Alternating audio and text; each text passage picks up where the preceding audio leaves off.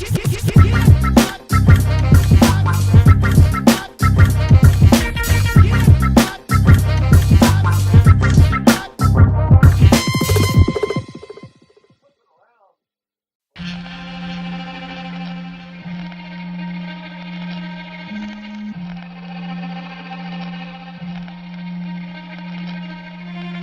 go hard.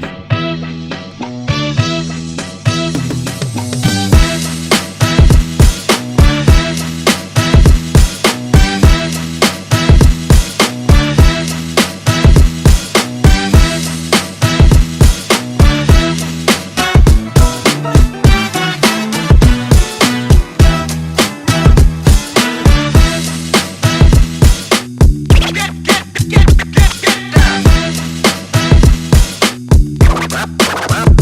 How's it? Oh yeah.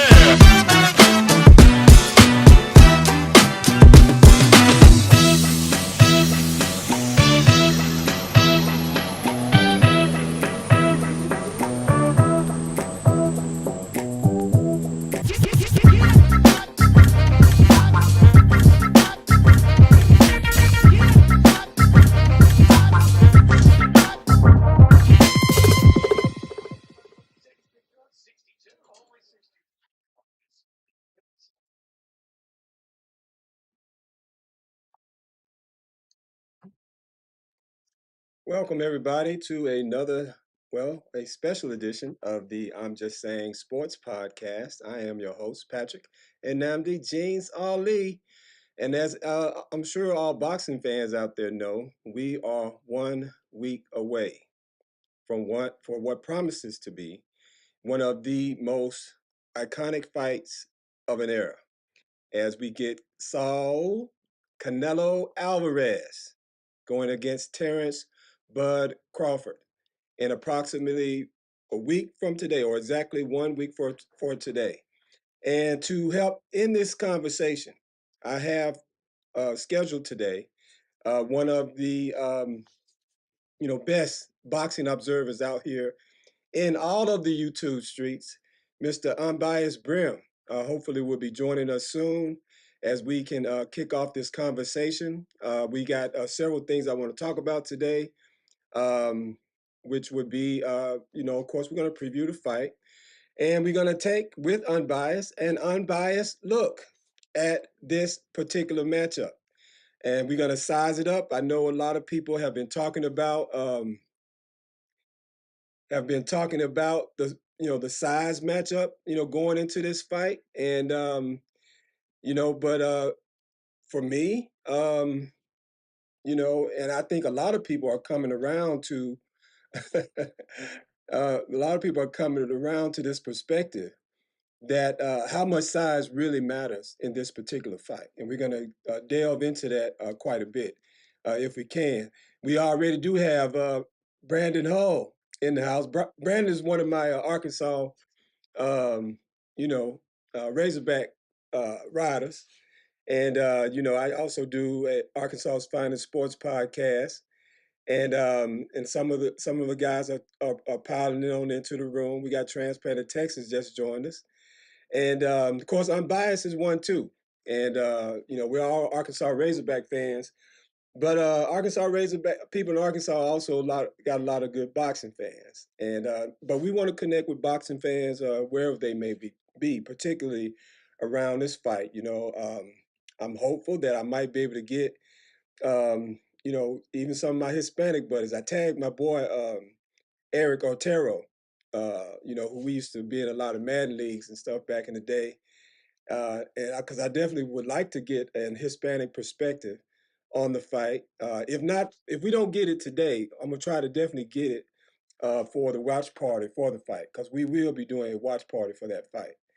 And so I'm excited about the fight. I'm really pumped. Crawford put on a spectacular performance 2 fights ago when he defeated Earl Spence, and really for a lot of people put himself on the map. But I think now everybody recognizes who exactly Terrence Bud Crawford is, And of course, most boxing fans know exactly who Saul Canelo Alvarez is, as one of the faces of boxing today. But that is subject to change if, Bud once again pulls off a surprising upset, as he is apt to do. Got my man Transplanted Texas says he's just popping in. He's, because again, like I said, he's one of the Arkansas Razorback riders, and we're going to be doing a Razorback watch party at 3 p.m. But before that, I wanted to get on here with Brim and talk some talk some boxing. Um, but we also going to talk a little bit about Turkey Al Sheik and this whole new Netflix venture that they have going, and how that could possibly change all of boxing. And I think since Turkey Al Sheik came on the boxing scene, he's definitely upset the apple cart, and is giving us a lot of these fights that a lot of people said could never happen. Fights that a lot of people may have said they didn't want or didn't want to see, and because boxing was so political, or had become so political over the years, that we didn't get a lot of the fights when they should have happened. But now that Turk Al Sheik has pulled up and is throwing bags at everybody, at least some guys are willing to put it all on the line and fight. And of course, Terrence Crawford is one of those guys, and he has got Canelo Alvarez to come to the table for this one. And it promises to be something special. But we're going to look into their legacies, the legacies for each guy. We are going to talk about, is Canelo Alvarez the greatest Mexican boxer of all time? I know a lot of people advocate for that particular position. I know some people sort of contend with that. I know Brim was saying the other day on X that I think he said it was a Mexican lady who works in his apartment building, I think, and he said she particularly does not like Canelo, and there's a segment of Mexican fans who do not particularly care for Canelo. And the same goes for Terrence Crawford. There's a significant segment of the black community that does not care for Terrence Crawford, and they actively root against him at every turn. But when it comes to Terrence Crawford, as a black fighter, one of the things I wanted to bring up today was, you know, Terrence Crawford's legacy, and ask the question, because if you look at, you know, American boxers today, we don't control boxing the way we used to, and particularly, I mean, at the heavyweight level, uh, it's hard to think of an American fighter or an African American fighter that really is considered a top contender today, more or less a champion. Since the spectacular fall of Deontay Wilder, and but even in a larger sense, I mean, think about it. Who are the great African American fighters on the scene today in boxing? In MMA, we got John Jones and things like that. But when you're talking about professional boxing, and that's why, again, I hope we can get Unbiased on, because I want to get his perspective in terms of who is who are some of the names of um, prominent African American fighters today, because to my mind, it's Terrence Crawford. Shakur Stevenson, you could say, but I think he still has a lot to prove on the boxing scene. He hasn't really taken on those challenges. We do have Tank Davis, but he's kind of becoming sort of a sideshow now. But when you're talking about great fighters, great champions, you got the Devin Haney's and stuff are out there. Yeah, they still have something to prove. But if anybody has taken up that mantle and sort of put himself in the conversation of the Floyd Mayweathers, the Sugar Ray Leonards, Thomas Hearns, Marvin Hagler, Muhammad Ali, Evander Holyfield, Mike Tyson, I think the only one today that could put himself in those types of conversations is Terrence Crawford. And, of course, a lot of people try to say, well, Terrence Crawford still has some things to prove. Well, there may be, but the thing is, if he beats Canelo, then I would be interesting to see. It would be interesting to see what people will say then, because I had thought we had gotten here 2 fights ago with Errol Spence, and that was supposed to be the big, once in a lifetime marquee matchup for Terrence Crawford to prove himself. But when Terrence Crawford beat Errol Spence, all of a sudden Errol Spence was washed up and has been, and all those things that nobody was saying before the fight. Before the fight, he was unbeaten, never been knocked down. He was this unbeatable, unstoppable champion that Terrence Crawford was too small to even get in the ring with, who Terrence Crawford didn't even deserve to get in the ring with. And then when Terrence Crawford finally got in the ring with him and beat him convincingly in spectacular fashion, all of a sudden, Errol Spence was nobody, you know? And so, and that's been a pattern throughout Terrence Crawford's career. To this point, even Canelo going into this fight, was saying, well, who's on your record? What's on your resume? Who have you beaten? Suggesting that he hasn't really beaten anybody. And Crawford could have thrown out Spence and Sean Porter and some other guys who again were considered to be champions and great fighters. He was undisputed at 2 levels, 2 or 3. I think when he became that at welterweight was his third weight division, he had totally cleaned out. And yet somehow people want to say, well, okay, he never beaten anybody. So now he has to go all the way up to middleweight, and the fashion of a lot of great champions of the past: Roberto Duran, Hector Camacho, Sugar Ray Leonard, who started as welterweight and went up, I think, at least to middleweight, where he fought Hagler. Thomas Hearns, went all the way up to, I think, light heavyweight.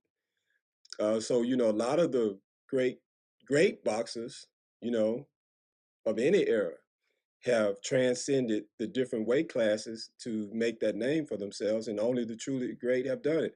Roy Jones Jr., and even today, I really, you have to start putting Alexander Usyk in that conversation. I didn't necessarily think he was all that, but from what he's accomplished, you have to give the man his credit, because he's I think as an amateur he fought Sean Porter. And he kind of came on the professional scene as a middleweight, and then, well, not as a middleweight, cruiserweight. Then I think he went, yeah, cruiserweight. I don't know if he started at light heavyweight and cruiserweight, then up to heavyweight, but he's conquered every division he's been in. So you have to give him his credit, and we're going to talk about Usyk here in a little bit. I'm not sure what's going on with Unbiased. I was hoping he'd be here.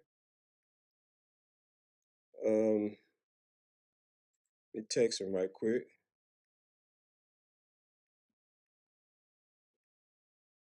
But you know how we do it. If push comes to shove, your friendly neighborhood sports guy has no problems going solo, Manolo, at any time. So we will get into the conversation one way or the other. And then of course, finally we're gonna make our predictions for the fight, and you know, um, you know, see. I think you guys can already probably tell, who I'm leaning towards. Um, but I want to give the rationale and the whys and the what fors as to why I have come to the conclusion that I have going into the fight, and I am very much looking forward to the fight. And guess who I have with me today? Who I do have with me? My lovely wife, Miss Anita Jeans. One story about me and Kelly is that uh, our first date was actually the second Tyson Fury and Deontay Wilder fight. She flew into Little Rock from St. Louis. Uh, you have to let her tell the story about her running through the airport and everything. But she flew, she flew in to Little Rock, and we it was just in time for us to catch the fight, and went out to Buffalo Wild Wings. I was working nights and stuff, and I was sleepy, and I was so tired. I sat there while we were waiting on the food and the fight to start, and kind of just fell asleep right there, on her shoulder. It was just, it was really chill time. Of course, I woke up for the fight, and it was spectacular, and we had a great time. But so she's as much a fight fan as I am. One of the things that we always do is we definitely take time to watch the big fights, and we've pretty much seen them all and watched them all together in the 4 years that we've been together. And so she's, don't let the smooth taste fool you. She's every bit the boxing fan that I am. We got Woo Pig Double O in the house. What up, Woo Pig Double O? He says, "Hey Kelly, how you doing?" And Woo Pig, you know anything about boxing, man? We got anybody? I know Brandon said he finds boxing boring. I don't know if Unbiased gonna show or not. I know he works nights, so he might have overslept and things like that. But um, I know Transplanted says he was just passing through. I don't think he got much of an appetite to talk boxing. But in any event, I have dropped the link, and if anybody wants to come in and join the conversation, feel free. And hopefully, at some point, Unbiased will tap in, and we can get his input on this. But in the meantime, let's go ahead and get this party started. Will Pig Double O say he is pumped for the Crawford Canelo fight. I mean, to me, it's one of those fights that and one of the things about the fight to me is that you know a lot of people didn't want the fight originally. I remember so many boxing experts and boxing aficionados, real professionals and everything, who was like, "Oh, I don't want that fight." And really, to be honest, even Crawford and Canelo themselves in the beginning were like, "Nah, I don't. That's not a fight I want to pursue." And you have to give credit to Turkey Al-Sheikh, and I think that's the genius of him, because I think he looked at it like I did, because after we saw Crawford dismantle Errol Spence, and people were saying, "Well, okay, who can he fight next?" I said, "Well, why not Canelo?" And in this whole conversation about Canelo just being too big, and it's so absurd to think that Terrence Crawford could go up and fight this monster Canelo is ridiculous. I mean, I ain't never seen a guy 5'7" everybody thought was some kind of huge monster. By nature, if you're 5'7" as a guy, you're not, you're not. No, very few people want to consider you like big, you know. Um, you know, and so and the reality was, again, similar to Spence. Spence, going to that fight, I think Spence was 5'9.5". I think Crawford is listed as either 5'8" or 5'9". I think he's listed at 5'8". And but I was like, he's just an inch taller. That's not that much, in a fight, in boxing, in football, in basketball, in any sport. And of course, Spence was a little more stockier. Crawford was leaner, you know, but again, he had longer arms, and so it's like, I mean, that's not a big size difference. And the same thing goes for Canelo. Canelo is, more stocky. You'll give him that, but he's not some barrel-chested guy with huge arms and thick legs. Um, he's stocky, but he's not some supersized middleweight, you know? And I think people have to keep things in perspective. And just like in the Spence fight and some of Crawford's earlier fights, once he gets in the ring and stands across from the guy, people are going to see it. But we live in such a perception-based world that there's this perception that Canelo's this huge monster, I guess, which again doesn't make sense because if you look at Canelo's fights, he's usually smaller than everybody he fights. And now when he fights Crawford, who's an inch taller, somehow he's just too big for Crawford, and this whole narrative.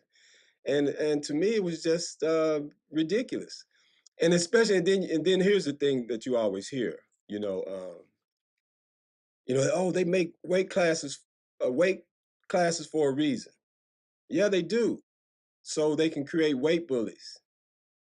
And so guys can sort of, manipulate their weight to get an advantage. I mean, to me, that's the main reason for it. Because we've seen in all these fights recently, and I guess it's been probably been going on forever, that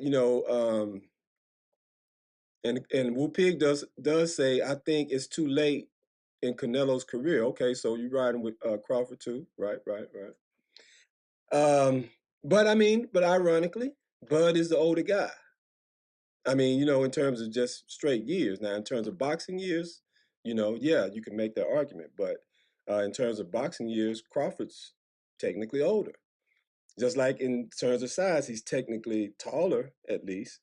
And then now that he's kind of doesn't have to drain himself down, in this artificial manipulation of the weight that they do in boxing and these other sports like MMA, where guys will, cut down to make a weight, an artificial weight, and literally starve themselves, I guess, whatever they have to do.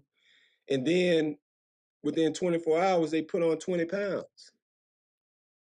What sense does that make? And then everybody, oh yeah, they make weight classes for a reason. I'm not sure why they make these weight classes. It's all a farce.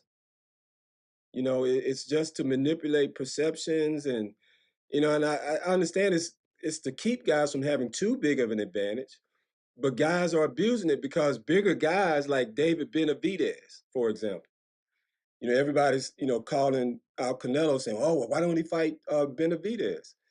Benavidez is 6'3", fighting a 5'7" guy. Now that is a significant weight and size difference. You know how much a guy that's 6'3" would have to basically starve himself to get down to 168. I think the weight limit here is 168. Most guys 6'3" are naturally, unless they're rail thin, would would struggle to get down to 168. And that's what he does. And he gets down artificially. And then the way boxing is set up, the rules, they don't make them stay at that weight. They make them struggle to get down to that weight. Then they rehydrate overnight and put on 20, 30 pounds. So he's going into these fights at 200 pounds, which would be closer to his natural size, as a grown man at 6'3", with long arms and everything. And then you want somebody 5'7", 5'8" to go in there and fight that guy? No, that's an unfair advantage. And that's why Canelo wasn't interested in that fight. And I don't blame Canelo because he's an obvious weight bully. That's a true weight bully. Somebody who does it. If Benavidez is so tough, let him get in the ring with somebody his own size. Somebody that's 6 foot. Let him fight a Bivol, Arthur Beterbiev, and those guys.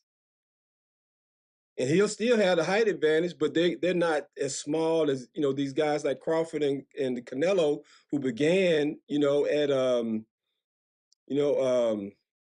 I think Canelo began as a lightweight, and so did Crawford, or maybe Canelo began as a welterweight, but it was one of those lower weights. And again, over the history of boxing, you've had guys like Hector Camacho, go up all kinds of weights. He began as like a featherweight and went all the way up to middleweight. And here's the thing, right? When we're talking about great fighters, not average, run of the mill fighters, I think the weight divisions are there to protect them. But when you're talking about really skilled, tough fighters, that weight class stuff don't count. It's just like, you're in a bar and you see some little short guy, you think you're gonna bully him around because he's short, and this guy knows karate or he knows martial arts or knows how to box. And you think because you're bigger than him, you're gonna put it on him. it, it might not go like you think. Yeah, you might have those advantages, but skills can overcome size advantage. So when you get guys that are superbly skilled, as we are talking about here in Crawford and Canelo, which I would argue that both guys are superbly skilled, um, then it's going to come down to whose skills are better. And because again, when it comes to size, there's not that much of a difference between Canelo and Crawford in my eyes. And if anything, like I say, if Crawford doesn't drain himself down to artificially, make a weight, this whatever size advantage Canelo had is out the window, and really goes into Bud's favor because he's an inch taller and got longer, and arms are like 3 or 4 inches longer. So when it comes to size, um, Crawford really, and I think people are going to see this on Saturday night, has the advantage. Wu picked up low said, "Do you think it's too late in Canelo's career?" No, I think okay, on this size conversation, right? The comp I would make for Canelo is Mike Tyson. Like when Mike Tyson was coming up and just terrorizing everybody, it wasn't because he was big. Everybody had a perception like he was big because, he was, he had big, thick legs. He had the, big, big butt, like a brothers and sisters do. He was thick in the thighs, as we say. And then he had the upper body, like I said, not like a Canelo. He wasn't necessarily, uh, cut. I mean, he was, he had a little baby fat on him, and plus he had a little muscle. So he was thick in that sense. But the thing that really separated Mike Tyson and made him great was his punching power combined with his skill. He was phenomenally skilled, especially when he was young and hungry and training like a maniac and living clean and everything.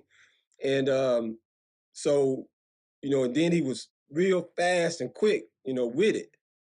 And so he had the skills to overcome the size disadvantage that he would have as a heavyweight. Because a lot of guys that that Mike Tyson fought were bigger than him. Particularly as his career went on. You see times he get in there with these guys like Frank Bruno, and it's like, but you could see in Frank Bruno's mind he was scared to death of Mike Tyson. And he was beat before he even got in the ring. But when Tyson got exposed was when he fought against a guy like, I mean, of course, the first one was Buster Douglas. Now, of course, by this time, his skills had begun to erode. He wasn't living clean. He wasn't keeping up his training. He wasn't focused and all those kind of things. So he had lost that edge. But more importantly, he got in there with somebody that was bigger than him, that had some skill, that was motivated and wasn't scared. Because the whole story about Buster Douglas losing his mom, and then Buster Douglas just got in there and fought Tyson like he would anybody else. And Tyson got his ass whooped. Bad, you know?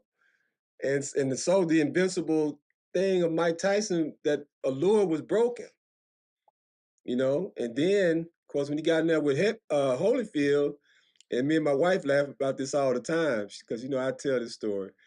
Because Holyfield was a middleweight, coming up to heavyweight. He wasn't considered a huge heavyweight by any stretch. But put him up against Mike Tyson, similar to like Canelo and Crawford, Holyfield was actually a little bigger than Tyson. But the thing about Holyfield, he had the skills, but he had no fear. More importantly, he had came up with Tyson through the amateurs and stuff. He knew Tyson when he was young and boxing in, so he wasn't scared of him. And Holyfield came out there, man, singing them gospel songs, talking about Jesus, and he wasn't worried about Tyson getting in there, scowling, walking around with his towel on him and black trunks, no socks and all that. And Holyfield got there and put the fear of God in Tyson. And he put a whooping on Mike Tyson. Oh my God. If any young people never seen it, y'all need to go back and watch it because it was spectacular. Because everybody liked to watch the knockouts of Tyson when he was coming up and he was whooping everybody. It was great. It's fantastic. But when he got in there with somebody that wasn't scared of him, that actually just fought him back and wasn't gonna be bullied by him, he showed that he was just another man. He take an ass whooping just like anybody else. And I'm telling y'all, you might see something similar um, coming next weekend because Canelo, with the guys that he's been fighting, and particularly in this day and age, where guys are just scared to fight. Period. They don't even have to be in there with some hard puncher or whatever. And we saw this recently with Ryan Garcia and Devin Haney and all these guys getting in there in Turkey, paying them millions of dollars. They getting big paydays. They in there scared to fight. You know, and then more or less you put him in there with Canelo, and that's the thing again. Canelo is dangerous. He is just like Mike Tyson. He can punch. He does have some skills. Now, people will make the argument that his skills may be eroding some. I don't know. Like Wu Pig Double O was asking the question. I think it's more a thing of Canelo, just not being motivated. You know how you sometimes you just play to the level of your competition. If you feel like who you playing ain't really no top level competition, you'll kind of come out there and go through the motions, get your win, and you ain't gonna be at your best. But when you playing somebody that bringing it, and in order to beat them, you're gonna have to bring your A game. Well, we gonna see because, like I said, technically Canelo is younger, and Canelo has skills. I don't, like I said, similar to Tyson, and unlike Tyson, Canelo hasn't abused himself that the same way that Tyson had at that point in his career. His home life isn't all unstable, and he's not out here smoking crack and living like a maniac. Like Tyson was doing. I think he's still a pretty settled guy with his head on straight, and he knows what he's dealing with. This fight, so it will be interesting to see how it goes. But I think the thing is, again, similar to Tyson, like with Bivol, you know, Bivol kind of exposed him that if you get in there and fight him and just outbox him, he can be outboxed. Floyd Mayweather proved that back when he was young. Bivol proved it here more recently. If you go in there and just really fight like you know what the hell you're doing and stop being a little wuss and running around the ring scared to, get hit on your, ow, like Charlo and all them. You know what I'm saying? Then that's the whole thing, and Crawford is a man. And we'll talk about it a little bit, but one of the things I really love about Crawford is he ain't no punk. He ain't no Hollywood fighter. That's out here made a little money and then now he too pretty to fight. Crawford ain't that guy. He been raised right. He got his ass whooped when he was young, and if he couldn't take no ass, couldn't come home talking about they jumped on me down the street. Mama help me. Mama whooped his ass and told him to go back out there and fight them boys some more. That's how they used to do it in the hood back when I was coming up. Now the kids ain't like that. And all these guys out here now wearing purses and earrings and painting their fingernails and kissing each other and all that. And then everybody's surprised why they won't fight nobody. It's a game to them. And then you pay them a little money. Oh, it's over with. You know what I mean? And then they break out in hides if they really have to fight a real dog. That's why people talk about what Crawford ain't got on his resume. That's one reason he ain't got all that on his resume. Because guys were scared to fight him because they know if they fought him, he was gonna expose them. So they rather you know what I mean? You couldn't melt him and pour him in the ring with Terrence Crawford. And Crawford had to fight who he could fight, who got in position, and they had to fight him, and they got their ass whooped too. You know what I mean? And Paul Errol Spence, man, he just Terrence Crawford took it out on him, man. He took it out on that boy. But okay, let's go through some of the things here and kind of just talk about it. Again, I guess Unbiased and stood me up. Man, I can't believe that. But okay, but here's the tale of the tape, right? Crawford is unbeaten at 41-0. And again, another thing about Crawford, I really have to admire, is this man, um, he doesn't drink, he doesn't smoke, don't live no live no nightlife. He ain't out chasing women. He's married to his sweetheart, from high school, got 6 kids, stay in the gym, he's focused. Competes like a maniac at everything. I don't care you playing checkers. He one of them dudes, he reminded me of my cousin Bo, Kenneth Sim. You know what I mean? He hate to lose anything, you know. And Crawford is one of those type of guys, and he's 100% focused all the time. Oh, okay, that's my babe here. Okay, Kelly, won't come in. Let me get my baby in here.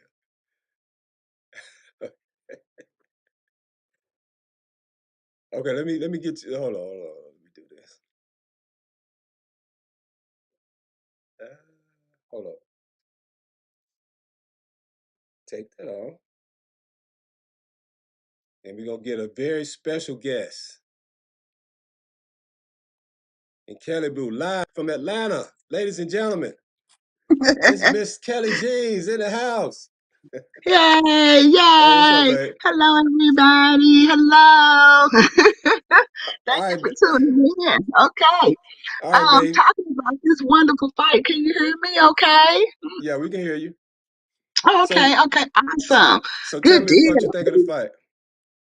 Okay, what I think of the fight is I kind of call it what was I going around saying? C to C fight. That's what I was saying. C to C fight. Canelo versus Crawford or Crawford versus Canelo. But it Right. was still C to C, and I kind of nicknamed it that. But I was looking at it and I was like, okay, they saying that Crawford is younger. Okay. Mm-hmm. And I'm sorry, Canelo is younger and Right. Crawford is older. Mm-hmm. But I don't think that that's really going to make a major difference. Just because you're older doesn't mean you still can't bring the juice. You know what I'm saying? Right. So you get in that ring and start fighting, and that adrenaline and everything starts going, and you got your skill and your technique and stuff like that down. All of those things are going to make major difference in the outcome of that fight, and how well offense and defense, and Mm-hmm. how well you can stop and think as to what to do while Mm-hmm. you're in the middle of a situation like that. Okay. Right. Right. um, so Crawford is more of an athlete plus a boxer, but now Canelo is a boxer, and he has he has strong punches. um, he can hit hard, okay, and his directs are hit. He seems like when he comes in, he's coming in real hard and fast. He's coming on in on you, and he's Mm-hmm. going to be hitting, and he's going to be doing some, trying to do some damage to you, okay. But the other side of that, when it comes to Crawford, um, because Canelo's stocky built, okay, to me, with those hard punches. But Crawford's more slender, but he does have muscular strength, okay? And he's coming with some power. He's coming with some power with that muscular strength. So I think they kind of even on that. The only one even thing is that, like I say, Crawford is an athlete plus a boxer, okay? And so that might give Crawford that little extra edge, okay?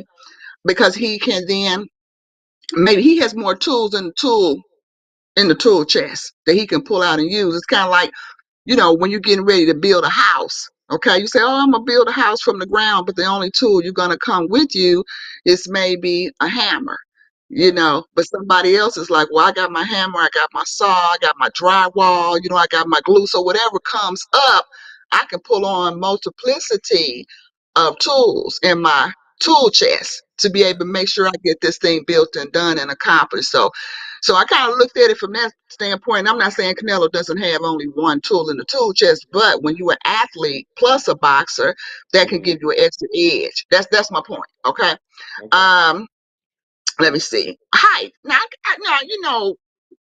babe, we've been sitting around watching everybody talking about, oh, Canelo is so taller. He's so taller. I don't see or whatever, but I don't see where Canelo is taller like that over Crawford. I'm not seeing that. Okay. Right. Um, and so I don't see where there's really a height um, difference or difference, however you want to slice it or dice it. Right. I'm not seeing that. And so they can So say that all day long, but I have so eyes. so babe, let me ask you this, because and this would be right Mhm. more, let me ask you this more right up your alley. Because when Okay. you think about Crawford, and I think one of the things, and don't be wrong, I don't necessarily know that much about Canelo's home life. I think Mm-hmm. he's married and I think he has kids and stuff, but I don't know for sure. Mm-hmm. Mm-hmm. But but one of the things I think is special about Crawford is Mm-hmm. how focused he is. Like he's the Mm-hmm. type of guy. Like I said, he's been with his high school sweetheart. That he's been married to since they were teenagers. They got Mm-hmm. 6 kids. He doesn't Mm-hmm. drink. He doesn't smoke. He doesn't have any kind of nightlife. So, Mm-hmm. give me your perspective, like in terms of like, how do you think that contributes to making him a better fighter? I think that contributes a lot. Because you know now you can be you can be married and you can do well in life, you can be single and you can do well in life, but when you have that home solid foundation stable life with your partner, okay, Hmm. you can go further, faster, um and farther than when you don't have that type of life set in place. And I don't know if Canelo has that or not. I've never seen or heard him talk about a marriage or a wife or any type of stability for focus like that. But when you have someone that is married, like Crawford, and he knows he has a wife depending on him, he has children depending on him, possibly even his sisters, his mom, and things of that nature, that'll make you focus up real quick because I have people who are dependent on me. I'm not just out here by myself. If I do okay, I do. If I don't, I don't. Um, and things like that. And so I think that definitely, makes a difference because I've even, heard, married men say before, look, depending on whatever it is they're dealing with, I don't have time for this. I got a wife at home. I got a house. I got a family. I don't have time for this. They real serious, dedicated, focused. They are persistent. They are reliant. They are diligent, and they just keep moving forward Well, because they know, what's going on. okay, but now Um, here's the Mhm. thing. Okay, wait a minute. So Okay, first, okay. first off, Canelo is married. I just looked it up. He Okay, got great. he got married in 2021, and him and his Okay, wife do have a daughter. And I do, now that I looked that up, I do remember him talking about uh-huh. how dedicated he was to his daughter, and he wanted to do special things and stuff for his daughter. And I think we all Okay. know that Hispanics are very family oriented. Yes, they are. They culturally they really put a big emphasis on that, and so Mhm. in no way am I trying to slight Canelo's family ties and commitment to family or anything Oh like no, that. we wouldn't do And like I that. said, I don't think he's the type of guy that parties a lot. As opposed to say a guy like Tyson Fury. Tyson Fury's married, but Okay. he's notorious for living the nightlife, Shenanigans. drinking, even cheating with men and women and Shenanigans. lady boys and everything else. So he's out there. Hmm. And I Yeah. think that's why he has not lived up to his full potential as a fighter. You know what I'm Well, I'm saying? sure that took a toll on his career.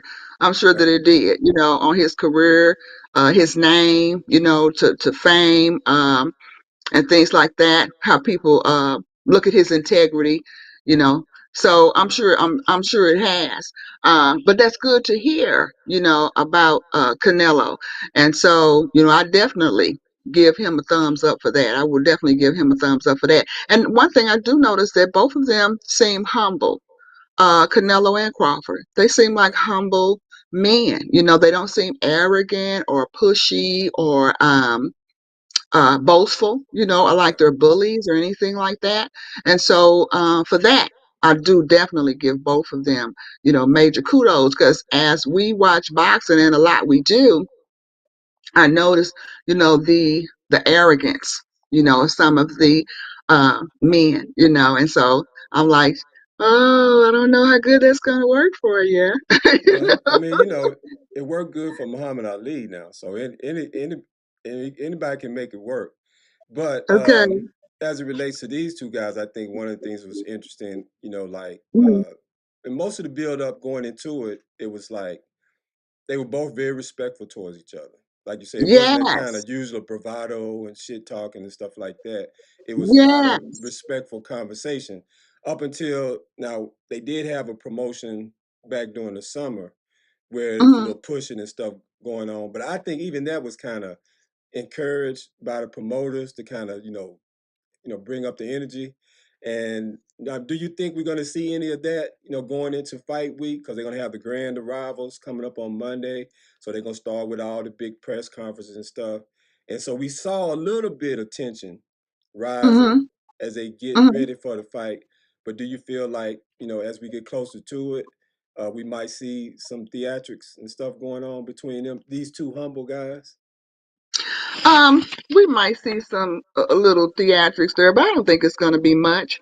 I really don't, because I think a lot of this is marketing, PR, public relations, and things like that to get people to buy in and feed into the fight and whatever else all goes into them making money. Okay, Hmm. but these two men just don't appear to be the type, of people that's like, hey, I'm just going to come out and start a whole lot of mess and kick off a lot of drama and stuff like that. And if something like that does happen, I don't think it's going to be much of it. I think it will be something that was emphasized by their management team or their public relations team or some type of marketing scheme to draw more people into, the actual fight. But these are two great fighters. I want to make sure that I say that.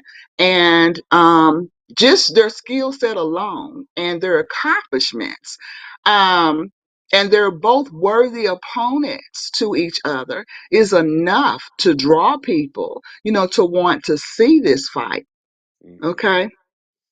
Yeah, and Yeah. I Yeah. I kind of think as we get into fight week that we're going to see some interesting fireworks because I think you know these are two real great competitors. I think they are both respectful. They like you Mm-hmm. said they humble in a way because they don't feel like they Mm-hmm. got to do a whole lot of extra stuff. You know what I mean? But at the same time, as it get close to fight week, these two guys have pride when it comes to fighting, Mm-hmm. and Mm-hmm. that testosterone is kicking in right about now because like It's real. remember that latest conversation that uh uh Crawford had before he left. And, oh Hmm. yeah, no, I got to show this, babe. I can't leave without showing this because Okay. All this right. just this had me cracking up.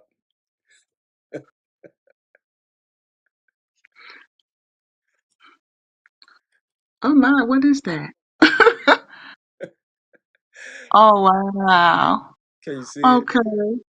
I can see it a little bit. I'm on my phone. While I'm out of town right here, I don't Okay. have my wonderful Well, laptop. all right, but basically, somebody made a meme where they put Crawford head on Bruce Lee, and you know how Bruce Lee would be fighting a whole room full of men and whooping everybody in the room. Yeah. So so basically they had this picture of Canelo and Boots. Remember, there was a controversy about a week or so back where Boots Ennis. Remember, I was telling you the whole thing about Boots Ennis and how he was helping Canelo prepare for the Crawford fight, and Bernie the boxer came out and said that basically called Boots a coon for helping Canelo because it was kind of like Yeah. the black against the Mexican thing. And so when I saw this, it just cracked me up. Oh my God, it had me laughing so hard.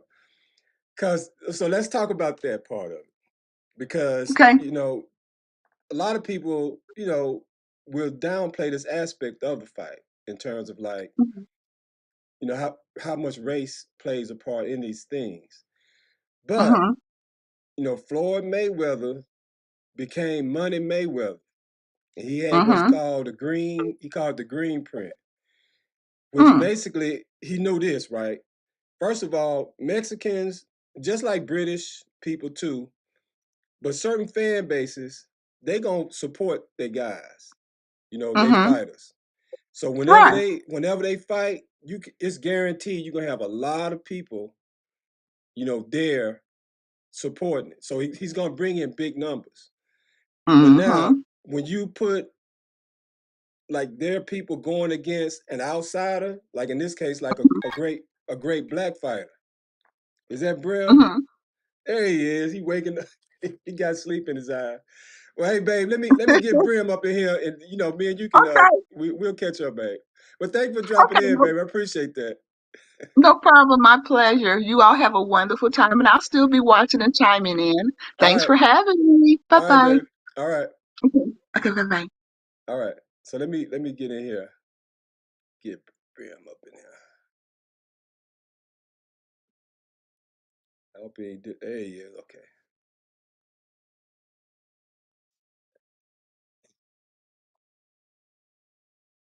Boy, your alarm clock didn't go off, man. Man, ain't nothing go off. Only thing that went off was the snoring. That's the only thing that went off. Man, I was thinking about it. I was like, man, we should have did it for later. You know what I mean, after the game and everything. So I do appreciate you coming on because I know you work nights and stuff, and I know how that is. Like I was telling the story about with me and my wife. Our first date was actually the Tyson Fury Deontay Wilder 2, and I Oh, was so really? yeah, and I was so beat when she flew in, and we went to the fight at Buffalo Wild Wings. I literally had to catch up on my sleep, during the preliminary fights, and kind of fell asleep on her shoulder. Woke up for the main event to see Wilder get his ass whooped, but I knew he was gonna lose that fight after the first one because the first fight I didn't think he won the first fight. right, Outside of the two knockdowns, the two knockdowns and one other round is all I gave Deontay Wilder. But right. because those two knockdowns was emphatic, I think that's why they gave it a draw. But Tyson Fury won almost every round outside of the knockdown rounds in the first fight. Well, now this was the second Fury Yeah, I know you said fight. it was the second fight, but I'm just saying the first fight though that they Hmm. called a Oh draw. yeah, yeah, yeah, yeah. I was like, man, yeah, they called that a draw because they wanted to go and go back and do it again. But Right. Yeah, I agree. Me and my wife, we talk about it all the time. I don't, that was the missing that was just left. yeah, that was her. Yeah, yeah. Oh, she held it down for the Yeah, crown. she Shout out held to it the down. message. All right. Hey, but hey, man. So let's go ahead and get into it. All right. So give me your unbiased preview going into the fight. What do you think? All right, it's kind of simple, man. Like Terrence Crawford versus Canelo Alvarez, which this is probably going to be the fight of the decade. That's what it's shaping up to possibly be. There were people that wasn't necessarily looking for this fight at one point in time. There was a point in time where Terrence Crawford said 168 was too big for him. Right. But Bill Haney said, you can beat Canelo Alvarez. You can do it. So he kind of convinced him. And boxing, in a sense, with boxing fans, they'll hold your feet to the fire for what you say. So there were people saying, Bud said he had no business at 168. So Why we got this fight? So some people was talking about, oh, it's just a cash grab. But a lot of people don't know. And I got into a fight last night about this.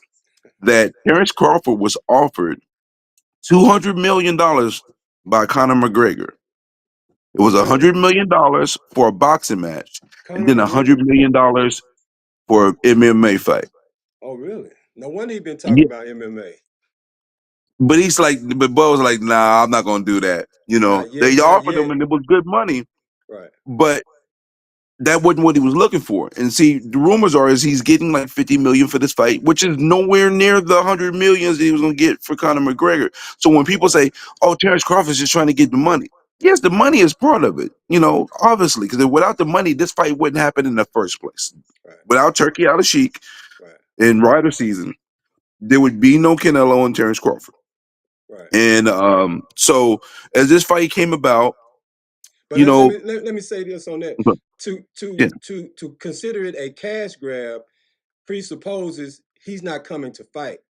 That's the difference between Terrence Crawford and some of these other guys. He ain't just showing up to get the money and not duke it out. If Terrence exactly like Crawford put Jamel his name Charlo. behind it, right, and them type guys. Yeah, because Charlo fought Canelo Alvarez And 2 years ago. He did the same thing that Buzz doing now. You go from 154, go up two weight classes to fight Canelo Alvarez. And right, the thing is, Charlo was the undisputed 154 champion when he did it. And right. again, Charlo was a really good fighter, but he called himself Lions only. Against Canelo, once he got hit, it was Gazelles only. He was scared before he got in the ring. I talked about a little Yeah, bit he was earlier. happy to be there, bro. He was Right. happy to be there. And That's I a don't know that's why that people. that's a cash grab. You know, he had no Absolutely. intention of thinking he was going to beat Canelo and get in there and actually fighting. He was there to survive, not look too bad, and leave with the money. I will survive. I will survive. You know, when I woke up, I thought I woke up in time, and I was like, "Oh yeah, you know, it starts at." I said, "Nah, I'm 45 minutes late. Oh man, this is Now bad." it's all good. Everybody got to listen to me give my spiel, but now we want to get yours because like I said, now we in your wheelhouse. Now, but one of the things we talked about before is give me your thoughts on this whole size conversation.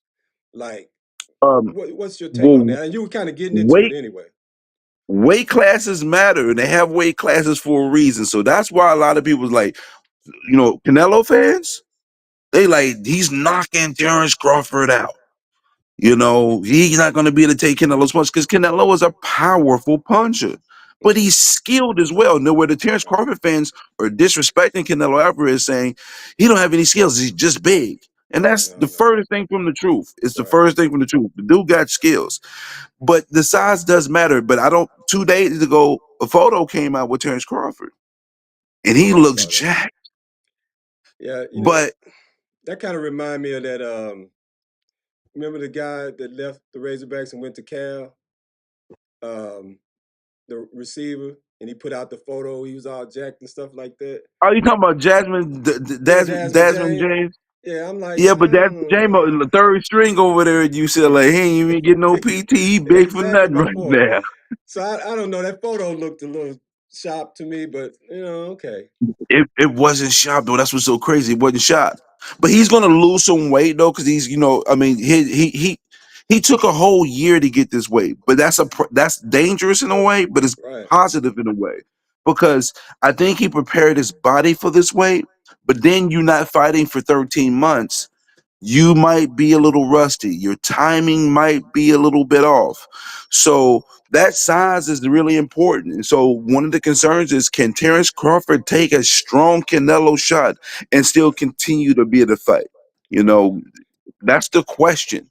Because if Terrence Crawford can take a Canelo punch, it's going to get very interesting, in my opinion. right. You Okay, know, now let's on this Jack conversation though. My concern would be if he is like cut up like that, which I mean, Crawford's always kind of, you know, I mean, he's ripped. He's always been Yeah, like yeah, muscular. but he first came in as a skinny guy. He's Right, filled into his size really well, but he filled into the size at 147, because he fought there for I think it was 2018 to 2023. Hmm. before he beat Errol Spence. So he had a good 5+ year run at welterweight where he developed into his body, you know. Right. But again, weight classes matter. And it's why Canelo was favorite, is because Canelo's a natural 168 pounder. He is No, 11-0 as a huh? he's grown into it too now. Let's Yeah, not he's rewrite grown into it, history. but he's been at 168 pounds for five Yeah, that's what I'm saying. years. He's grown into it, but he started out at what was it, lightweight? 140. So that's what, lightweight or Yeah, light? Okay, yeah, yeah. So he started out a smaller guy, too, and he's kind of worked. Like I say, he's been at this particular weight class longer. But I did want to make this one point about the rip thing, because I think when guys tend to get ripped like that, don't you think it might cost you stamina wise as well? Typically, while a lot of fighters tend to have a little flab on them, is because that extra energy pays off in the later rounds. Because even like a guy like Tyson Fury, as flabby as he was, flabby. he never really had stamina issues so much. Because that's what the fat is for. Yes, his When you but muscles when you, eat up when you oxygen. Right, that's what I'm saying. So when you get these guys that are real lean, they tend not to have the stamina as guys who Not have a little. always, not always, but it can be a potential issue when you get into the deep waters in the championship rounds, your stamina. But see, Terrence Crawford has never had a stamina issue. That's one. Facts, facts. And he took a whole year to get to this weight. He got up to almost 190 pounds Hmm. before he started losing his weight, he put on the muscle and tried to make it as natural as possible so he can feel comfortable, so he can maintain his speed. But again, I'm still a little concerned for Terrence Crawford as well as for his timing. To have the timing to be able to land a punch, because that's one of Terrence Crawford's strengths is timing and angles and precision punching. Hmm. So that's something you need to look out for. Is Right. will he be able to maintain his timing and his speed with the added size? Right. And relative to that, because one of the things that hurts a guy when he's out of the ring for a year is you lose some of the timing. So is that a concern with him being, one thing about Canelo is he does have regular fights. He doesn't go, I think he tries to have a fight at least He three fights times a twice a year, year at religiously, least no twice. matter what. Right. Right. Now Crawford, the last couple of years since the Spence fight, he's only had one fight, and that's been 2 years, Oh right? no. Since 2020, he's fought once a year. Since 20. 2020 he has fought one fight a year average. Okay. All right. Well, I mean, can't argue with success, but one of my concerns, as a guy who, admittedly, I am rooting for Crawford. I am picking Crawford, and of course, we'll close out with that. But the layoff, will that affect his timing? I'm a little concerned about that. It's a legitimate concern. Now, the one thing is Terrence Crawford is a consummate professional. Right. He doesn't smoke, he doesn't drink, he's dedicated to his craft, he doesn't Right. cheat the sport. So if anybody can pull it off, it can be him. But it still is a task. Yeah. I mean, like A let's lot of say, things have to go right.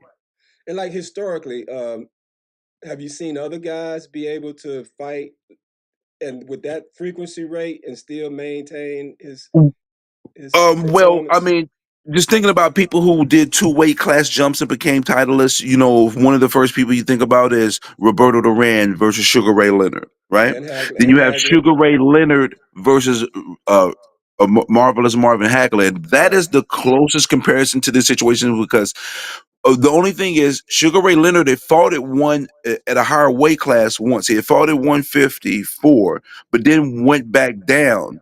But the thing is, he had the detached retina, so Hmm. he was almost 3 years removed from the ring and went and fought Marvelous Marvin Hagler. So he was at 147 and then came back to and fought Hagler at 160. That's basically a two-weight jump. That's exactly what Crawford is doing. Right. So that's a similar situation. Then you had Roy Jones versus Ruiz. Right. Also, Canelo Alvarez did it. Canelo was at 160, moved up to 175, and knocked out Kovalev. So Right. there are fighters that has done it, but it's only the upper echelon fighters who has pulled this off. right. And I talked about that earlier. It's like only the best can do it. It's not recommended for anybody else. It's kind of like don't try this at home. But if you, Hmm. but the guys who are truly elite, who bring their skills up, and I even make the comparison like in a bar. Like okay, you might be bigger than the guy, but if that guy knows karate or MMA or boxing, and you think you're gonna push up on that guy like that, you're gonna have another thing coming because don't let that size fool you. If he's got skills, he'll whoop your ass. You know what I mean?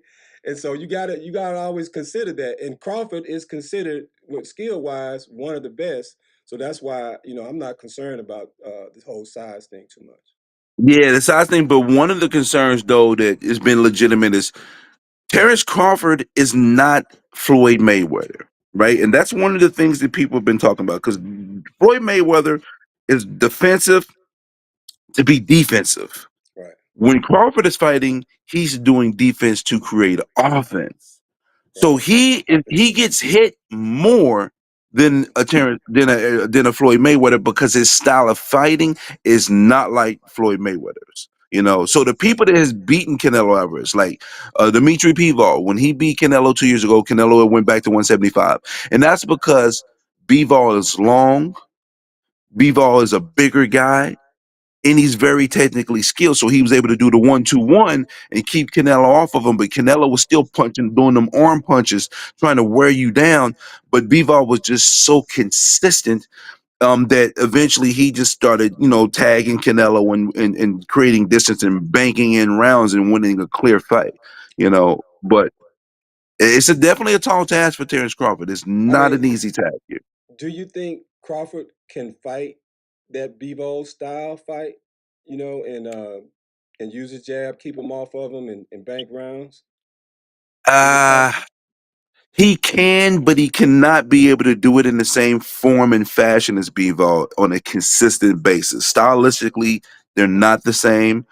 And he might have the length, but he doesn't have the experience at that weight class, I think, to do it for 12 straight rounds exactly like Bivol. He has to mix it up. He's going to have to, be in the pocket. He's going to have to do a combination of some movement. He'll take bits and pieces, but to fight exactly like Bivol, nah, that's not Terrence Crawford's style. No, it's Yeah, and, not. and that's what I think too. I mean, it's like Bebo fights that way against everybody. That's his style of fighting. He does that. So Very he's strong, technical boxer. right. He's very polished at it. It would be something new for Crawford to be pulling out now. So I don't think he's gonna do that drastic of a change. And matter of fact, I think one reason why he's really sort of tried to bulk up a little bit is he's seen if you can take the punches on the arms, that's really the key. Because like when he fought Madrimov, a lot of people, counted a lot of those arm punches, you know, against Crawford. Madrimov was throwing punches, but most of them were being blocked. Now he did score some, especially with that lead right. That He straight was right, hitting yeah. with there. Because he was very herky jerky. And now the thing is, he had changed his style a lot. Like I saw back in the amateurs, he did do that, but as a professional, he had not fought like that. And he Exactly. did that because the best way to fight Terrence Crawford is to counterpunch the counterpuncher.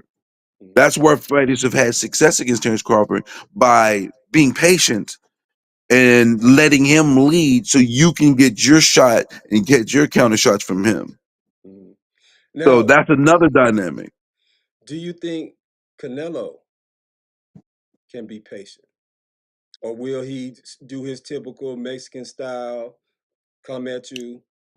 Well, the thing is, Canelo has changed over the years. He's had different phases in his career. When he fought Danny Jacobs in 2018, 2019, his head movement, all the things that he was doing in that fight was amazing. To me, I was very impressed because he he adapted things he learned things from Mayweather. His head movement was crazy on the swivel. His footwork was on point. Yep. So but the thing is, after Canelo, no, the Billy Joe Saunders fight, that was the beginning of the sit on his punch and knock you out Canelo. And now he kind of loads up and he doesn't move around as much. which can give Terrence Crawford an opportunity because Canelo don't throw a whole lot of punches. He's a he's a precise puncher as well. He'll punch you on your arms. He'll counter you. He'll be patient to get his shot. So yes, Canelo can be patient and do that.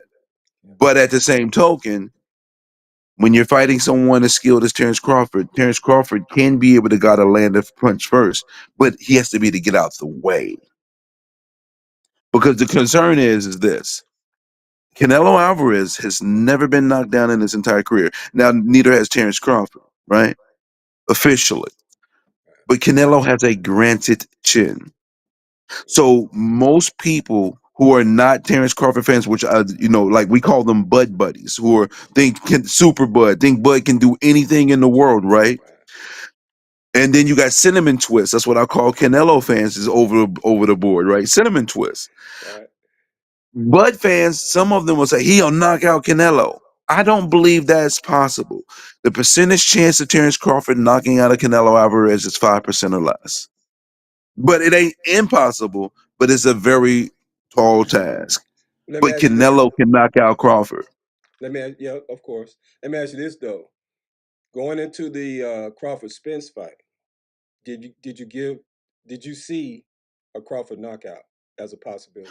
Yeah, I picked him for actually a 10th round stoppage. I thought the fight would have been closer, but some of my partners and people was like, Bud is going to blow him out. I've been telling you this, and he had been disrespected for years in regards to the Errol Spence fight. A side, take what you get, whatever.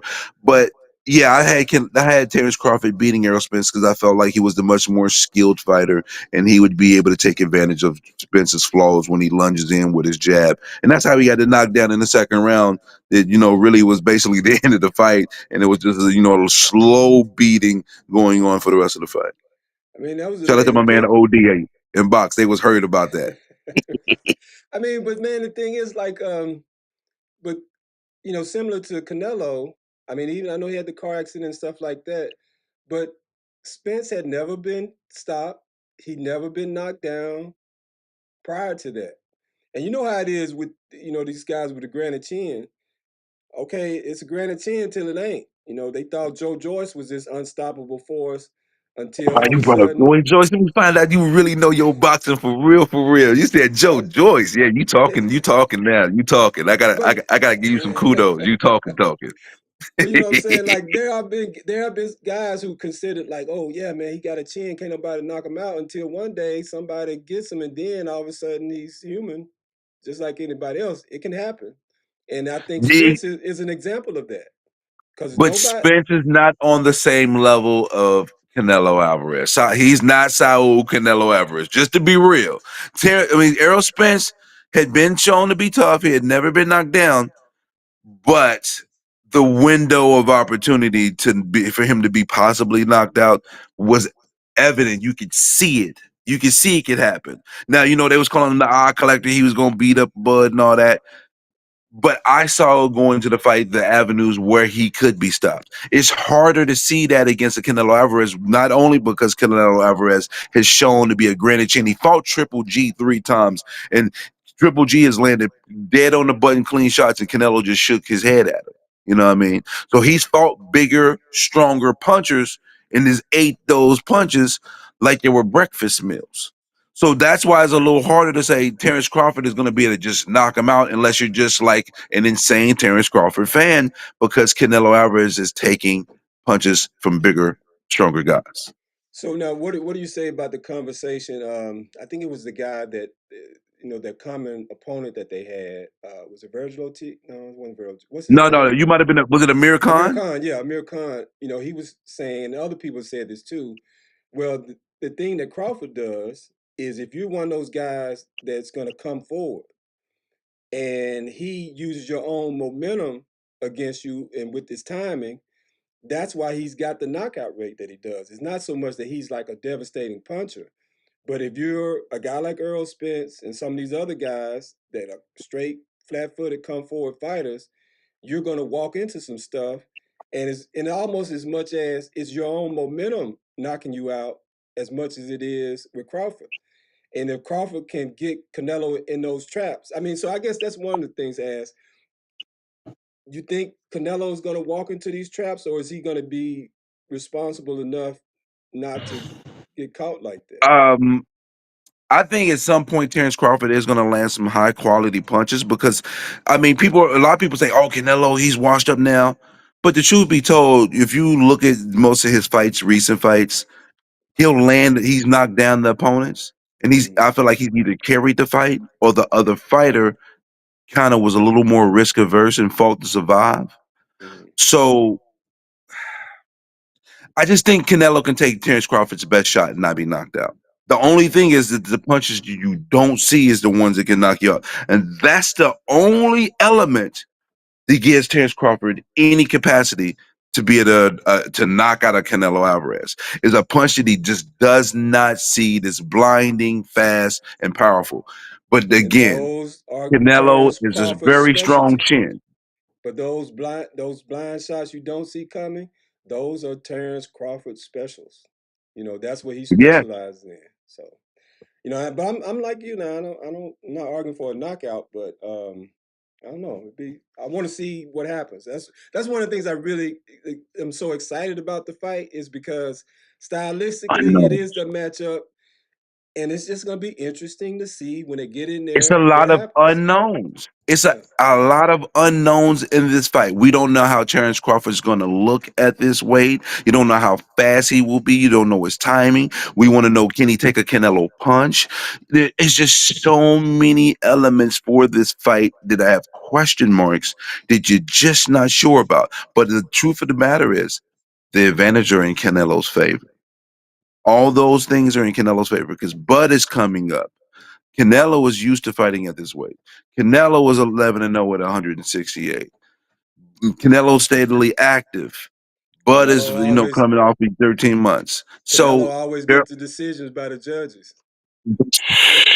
hey, look, Bivol beat him 9-3, and literally, if the Canelo had a 1 to 12 round, they would have called it a draw. He fought Floyd Mayweather when he was 23 years old. Floyd Mayweather beat him from pillar to post, schooled him, and one of the judges had it a draw. So yes, the judges be like, Canelo, we're gonna look out for you, Canelo. you know, Hey, so now do you think who do you think won that first Triple G fight with Canelo? I thought Triple G won the first fight Did you? by 1 round. I had him 7-5 the first fight. I know a lot of people say that. So Absolutely. right. Okay, now one of the things we wanted to get into is this legacy conversation. So and I talked quite a bit about Bud, so let's start with Canelo. Now, when we talk about Canelo, right? You know, one of the big question marks that people always talk about in respect to him is he the greatest Mexican boxer of all Mexican. time? Now, of course, it's one thing to say Mexican versus Hispanic, because then you're gonna throw in Duran and guys from Panama and Puerto Rico and Cuba and stuff like that. But straight from Mexico, what would you say? Is he the greatest Mexican fighter of all time, or where would he stand compared, or who would you put Um, up there with him? well, I'm going to be frank. I have biases in regards to this because I love Salvador Sanchez. I watch his fights every 2 to 3 months. I watch Salvador Sanchez fights. Rest in peace. He died way too young, but what he accomplished by the age of 23 was insane. And he is one of the most adaptable fighters in the history of boxing. His opponent.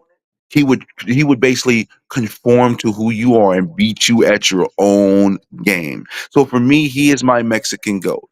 But when you have a Julio Cesar Chavez with the history that he had, and then you see Marquez, which Marquez is one of the biggest Canelo haters ever. He cannot stand Canelo. He shades him every chance he gets. But truth be told, it is very arguable that Canelo Alvarez is the greatest Mexican boxer of all time. If somebody says he's number one, the argument has merit. Nobody at 168 became. He's the first Mexican undisputed 168 pounder. The man is a two-time undisputed champion, 5 weight divisions. Well, not five. One way. See, 4 weight division champion. It's hard not to, but if you speak to a Mexican, there's going to be Mexicans that have, rooted in tradition that will say Julio Cesar Chavez. and then Salvador Sanchez, and then you don't want to forget about Barrera and some of the other great Mexican fighters, to beat Pacquiao. But yeah, it's arguable he's the greatest Mexican fighter of all time, no doubt about it, no doubt Yeah, about it. I'm partial to Chavez myself. Of course, I came up That's our years era, ago, you know what I right? You know mean? what I'm saying? And Yeah. plus just the volume of fights too. I mean, when you fight 90 times, you know what I mean? It's like, until You know you, what's so amazing? He got the same referee love the Canelo guy because the Pernell Whitaker, man, Pernell beat him and they gave him a draw. You know what I mean? So he had the same type of, that's the A side privilege. We gonna right. call that A side privilege. Yeah, and Yeah, I think a lot of that is, the Hispanic fighters. I mean, the Hispanic community supports their fighters. Boxing through and through. is the thing. So when they get a great fighter, the numbers are going to be there. The economic impact of a great Hispanic fighter is going to be there, and that's part of the formula. It's something you got to take into consideration. When you make these fights. Of course, now I know we kind of touched on this one time on X a little bit, but when Floyd created the green print, it was taking that into consideration that, Fight once it, popular fighters. particularly popular Hispanic fighters, as, sort of this pro wrestling thing, where, you have the ethnicities fighting against each other, that brings an extra level of attention. And Tribalism. you know what I mean? And that creates bigger pots and bigger fights, whereas, but now in all fairness, now the Hispanic community, there's a rivalry between Mexicans and Puerto Ricans, things like that You, that are just as before big. I gotta interrupt you 1 second. And I Hmm. found this out a couple days ago, and it really surprised me. Hmm. My Mexican cleaning lady at my job, right? Yeah, I said, "You gonna that's watch right. Canelo?" I said, you gonna watch Canelo Crawford?" She like, "No, no, no. Me no like Canelo." I said, "You don't like Canelo?" She does not like Canelo. There are Mexicans outside of Guadalajara that do not like Canelo Alvarez, Yeah, and they and caught me off guard a little bit. I've come across that too, and even guys like now I think Robert Garcia kind of got back on code a little bit lately, but he was kind of out Here we there. go, the old code talk. Oh my God, the old code talk with Boots sparring Canelo. You off code. Get out of Dodge, bro. He is putting in good work fighting with sparring with an all-time great. There's nothing wrong with that. Terrence Right, Crawford nor Jerron Boots Ennis owed each other anything. right, So right. that Yeah, of old course. code talk sometimes be bull crap. It is. It There's is. real things in life to be on code about, if you know what I mean. Right. But I mean, at the same time, and I think too. I mean, Crawford's got Hispanic guys in his camp. It's not like he don't have Lester Hispanic. Martinez, who was fighting on the undercard against M. Billy, is half Mexican. Right. Exactly. You know what I'm saying? So it's a bogus argument, but at the same time, it is part of the formula because Yes, that tribalism is part of what is going to make this fight so huge, and yes. which, like I said, Floyd Mayweather became Money Mayweather by tapping into that. So Oscar I De La can't. Hoya was the guy that crossed him into Money Mayweather. So absolutely. You know what I mean? So that's a part of this whole thing. Um, now, I do want to. Now, I got Benavides down here on the bottom left. I wanted to kind of touch on him because a lot of people were saying that well, Canelo's been ducking Benavides, but I wanted to ask, like, when it comes to this whole size conversation, and this is my perspective on this. I genuinely don't blame Canelo for avoiding Benavides because I really feel like Benavides is a true weight bully. You know what I mean? The guy's 6'3", and yeah, he could probably get, narrow himself down to 168 to make fight weight, but Used then to. he rehydrates, and he's 200 pounds, and then he's 6'3" with hella long arms and stuff like that. You can't ask a guy that's 5'7" to box that guy. I mean, I'm not saying I would count Canelo out, but that is a true huge advantage as opposed to like with the people with the Crawford fight, the whole conversation about weight. Oh, Canelo's too big. No, Canelo and Crawford are a lot close to the same size. But when you're talking It's about a guy true. like Benavidez, that is a true size advantage Benavidez be that's 220 unfair. pounds outside of the ring when he's off. He be big and blurry. He's a big boy. But Exactly. I have a little bit of different perspective than some people saying Canelo, Duck, and Benavidez. I've always felt that Benavidez' team didn't do him any favors. His manager Samson Lipowitz has lied a lot. His father has lied a lot. They've had a lot of contradicting stories, and I think Canelo felt personally disrespected. And as a fight fan, you don't give a hoot nanny about that, right? You just want to see the fight. So, when I take a step back, and if I was like a manager and in the boxing business, the way they conducted themselves, it was just a lot of lies, a lot of the fake offer. Talking about they offered him $70 million. They asked, "Would you be wanting to go to the zone to go fight him?" And Benavidez says no. So and Benavidez, he was a champion at 168 and had been in the division his whole career, but allowed Canelo Alvarez to come in the division in the span of 18 months to get all three belts. And that's because he wasn't always dedicated to craft. He had the belt stripped once for doing cocaine. He got the belt stripped again for being overweight.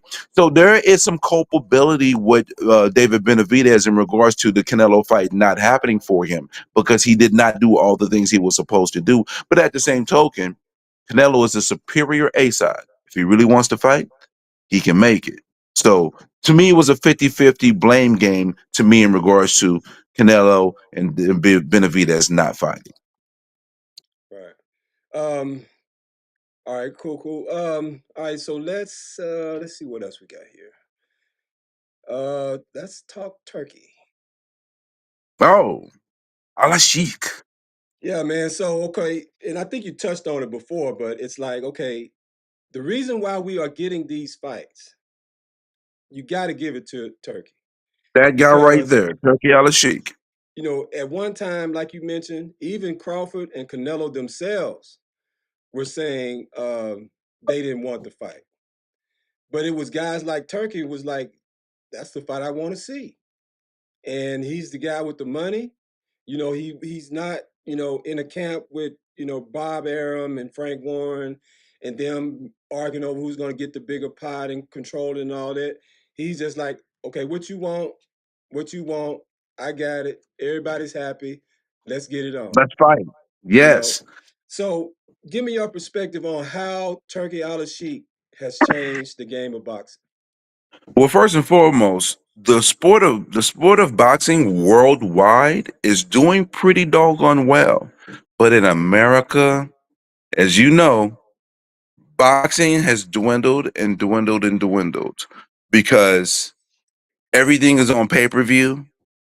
You have PBC who's struggling. Top Rank is in between networks. There's no major network in the United States now that is covering boxing. So without Turkey Al Sheikh, boxing would have a lot of boring moments because there wouldn't be any fights getting made. you know Right. so and there's a lot of American fans that are very regionalistic in their biases, and they're hating Turkey Al Sheikh because he's doing what they wanted the American promoters to be able to do. So they'll look at Turkey Al Sheikh with a slanted eye and say he's ruining the sport of boxing. He's with Dana White, and Dana White is trash. You look at because UFC fighters don't even get paid, which in some cases is legitimate in regards to Dana White. But at the end of the day, without Turkey Al Sheikh, we wouldn't have had the undisputed lightweight championship with Bivol and Beterbiev. We wouldn't have had Fury versus my man Usyk, the greatest, the number one pound for pound fighter right now in the world. Facts. So there's a lot of great fights that wouldn't happen without Turkey Al Sheikh, and he deserves, the props because he is keeping the sport of boxing moving without it being at a lull and a complete standstill. So his impact is truly felt in the sport of boxing, and I appreciate him being in there. Look, we're watching this fight next week, and it's on Netflix, guys. You have a Netflix subscription. All 300 million Netflix subscribers can just click on and watch Canelo Alvarez versus Terrence Crawford at no extra additional cost. That is major for boxing. This fight is very big for the sport of boxing. Now, I know we had the Tyson Jake Paul, but that's circus. This is a legitimate, true, tested fight that has significance in the sport of boxing. So this will move the needle and determine what goes forward in boxing. So if this fight ends up being a success, it can catapult boxing back to where it needs to be in America. But if it's not, then it can hurt the sport of boxing. That's how important I believe this fight is. Now, VM Cabrones says Canelo is taking all this talk in. If he comes in like he did against Billy Joe and Caleb Plant, Crawford is in for a long night.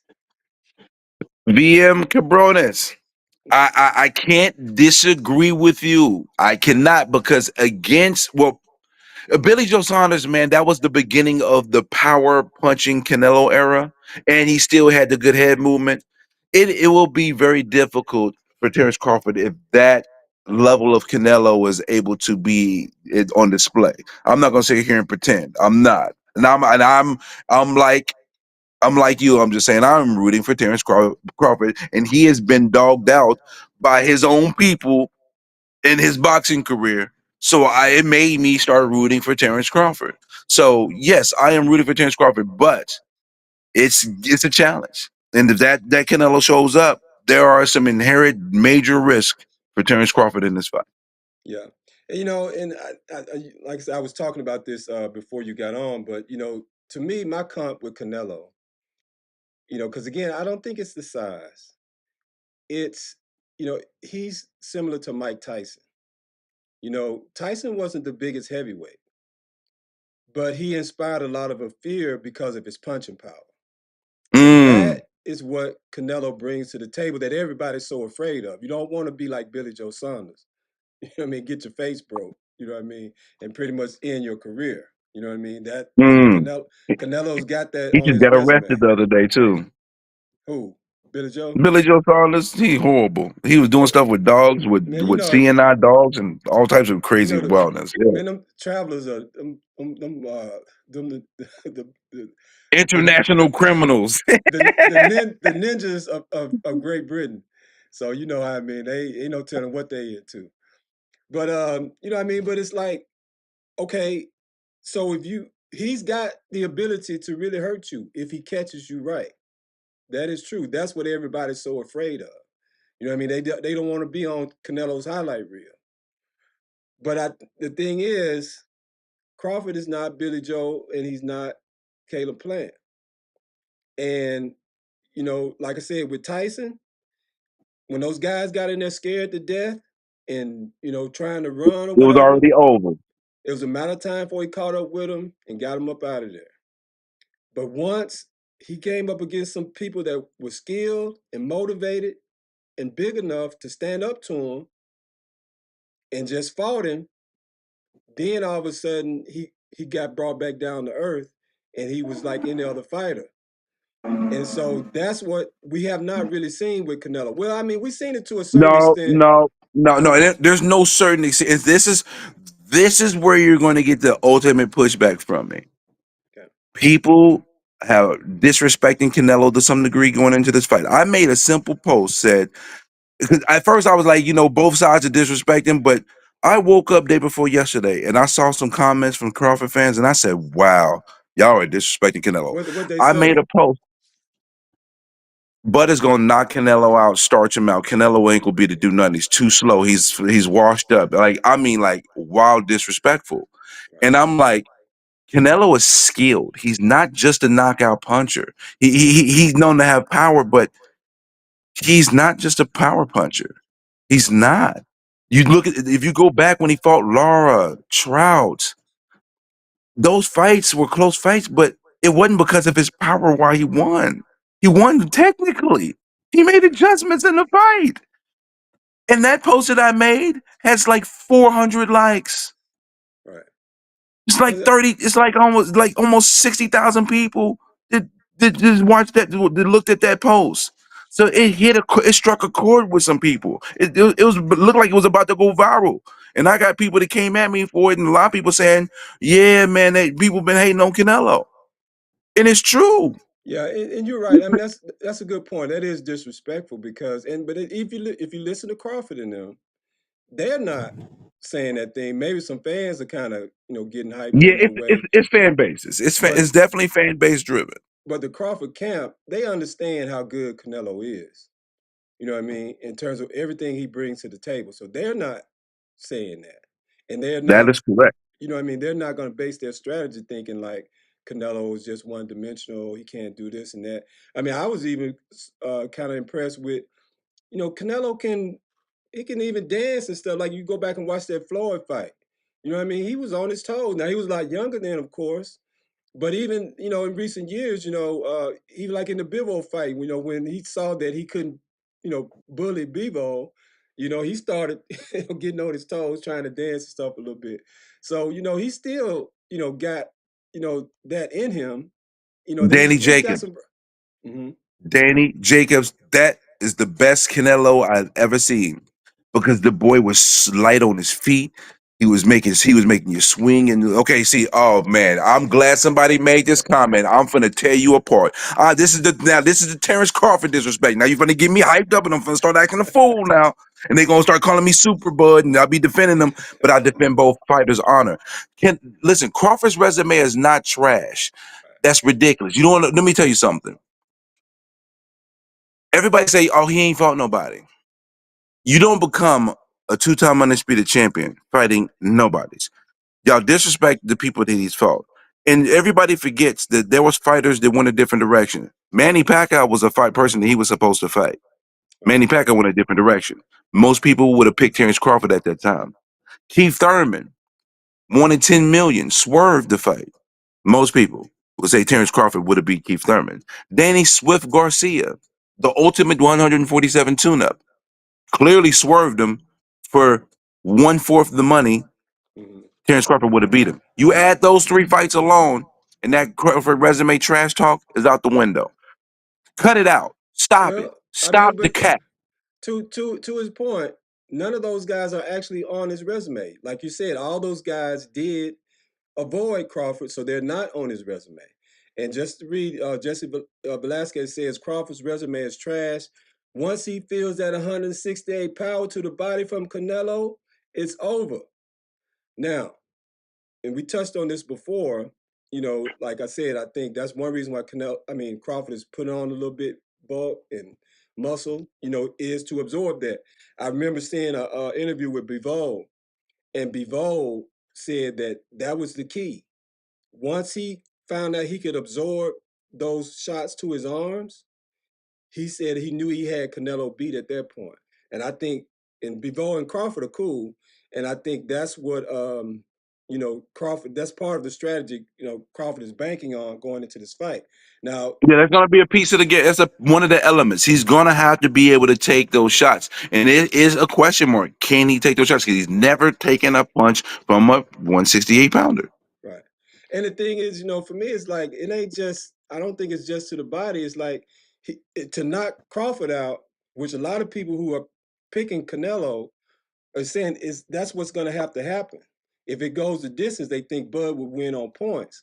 But Crawford's best route to victory is to either get him early or maybe even catch him late. But if it comes down to just outpointing each other, a lot of people feel that that advantage will go to Crawford. So the question is, can he take those punches? But to get Bud out of there, to me, Bud is not no punk. He ain't the type of fighter. Oh, he hit me on my arm, and oh my, it's really killing me. You gonna have to hurt Bud. You gonna have to You really catch him, stretch almost and it stretcher style. And right. that's why It I ain't be gonna. that's where Canelo fans are disrespecting Terrence Crawford. They talk like he is because they compare him to Charlo. He's not Charlo, bro. He's not cut from that. Charlo's not No, cut ain't from no his fire cloth, there. bro. Terrence Crawford is a kind of got bully tactics in him. And he the type of guy, like those great fighters of the past. When they get in a war like that, it's on. It's gonna be either you or me. Okay, oh, he hit me. Okay, and this is one thing. You ask my wife. This is when we watched the Spence fight. This is one thing I always said about Crawford. Crawford is the type of guy you are not gonna hit him without getting hit back. But that and see, listen, that's the part that's dangerous for Terrence Crawford because he's a tough guy that wants his lick back, and people believe that's going to be his detriment. His strengths is going to cause him to be able to probably why they say he's going to get knocked out because he's going to try to get his lick back, and you're doing this against a bigger, stronger, more experienced, championship tested, all time great fighter. Shout out to Tonka. We're gonna be talking about hogs in about 22 minutes, brother. Yeah, 21 minutes, we back to the hogs. I just read it. I was like, oh my God, Todd talking of Yeah, football. it's all hogs in 20 minutes, baby. So This I was supposed to think, be 2 hours with me and him. It turned into 1 hour him by himself and 1 hour us together. but I think he saw Brandon on there with the Woo Pig Sue and threw him off. But okay, but again, I'm so excited to see this fight. Now, and the other guy I want to touch on too when we're talking about this legacy question, because when we talk about pound for pound today, a lot of people have Bud at the top, Canelo's top five. You got other guys in there like Inoue, Tank Davis, you know. But the Hey, no, no, guy, no. What did you just say? Hold on. What did you just say? well, he Who? was up Who? until up until Who? recently, up until Let me tell you recently. something. Never, Well, never. He has let's not get never been on side. my pound for pound list. He Okay, is risk averse fighter. That the fight he's facts. doing right now is trash. It's a gimmick Yeah, circus fight. Listen, I live 20 minutes from where Barnum and Bailey started. If I want to go to a circus, I'll just drive to Bridgeport, Connecticut. Okay, no that's where arguments on Barnum that. and Bailey started. Don't No get me argument. started. Okay, okay. I'm sorry. I'm no arguments there. You almost got me hyped. But listen, I be acting a fool in these boxing streets. I be we can trying not to, we'll man. we'll say that conversation, but I do want to touch on Usyk because one thing that Usyk said was Usyk is on record, and I really think somebody that's seriously in the conversation for you know best pound for All time pound. great heavy.